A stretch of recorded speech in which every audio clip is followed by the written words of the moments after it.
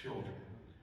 So I just want to say that since his mother is with us, let's make sure that we call and check on her, and we do what a son would have done, because she gave the best that she had, and she raised a human being that brought comfort and love and grace to people. We're going to get to that in the story. And he left a woman behind. A woman who in sickness and in illness stood with him. A woman who encouraged him in his faith. A woman who, like Ruth, had lost a man.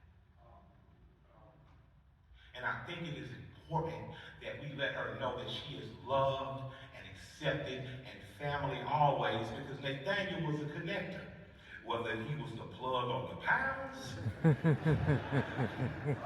or the first person in a rap crew called the Dungeon Family and Purple Ribbon to accept a nervous kid from the west side at Big Boy's house and say, man, come on, it's cool.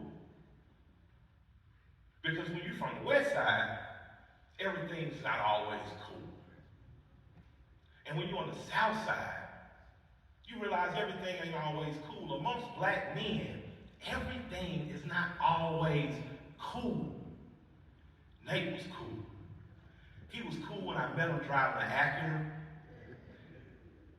He was cool if you was having a drink with him and sipping.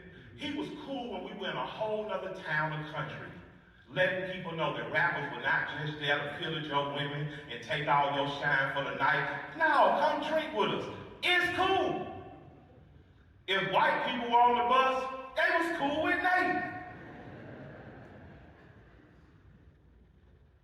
I'd like to be more like not only the Nate I met that was a cool connector, but who I saw Nate evolve into, who was a Christ-like connector. I saw a man who I met driving big fancy cars, wearing big fancy jewelry, making some of the most inspirational jewelry I had seen, because it called upon us to do simple stuff like love and seek peace.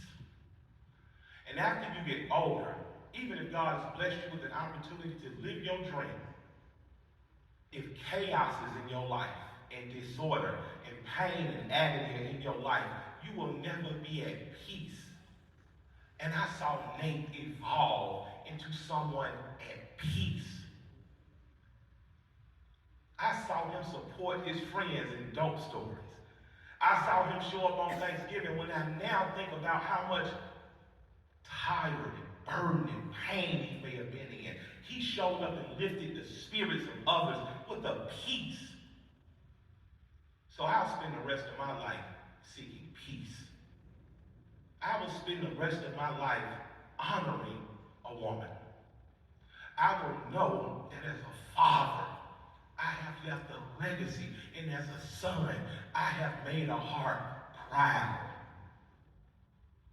Because just like Saul became Paul, just like God will take the muddiest cloth and wash it in the water next to the river's Jordan, Nathaniel transformed us before our eyes and gave us an example to be. I'm here today, not only for Nate, I'm here because I saw a genuine friendship in him and Corey Andrews. And anybody know me and Corey know we ain't always got along. We have very strong opinions. And Nate was eternally a mediator. He was eternally an encourager. And I'm here today because I have a friend in Corey Andrews. And I love him like a brother. And should you need me, I'm here. Maybe not as good as Nate, but I'll be the best I can be to be the best friend I can possibly be to you. So I wish you, and I console you, because I lost my cousin Jimmy to mental illness. I know one day I'm going to bury Sleepy, and Sleepy going to bury me. But I pray that at the end of the day that I have a friend like you. I love and respect you all immensely, and I appreciate you letting me to speak on this. Amen.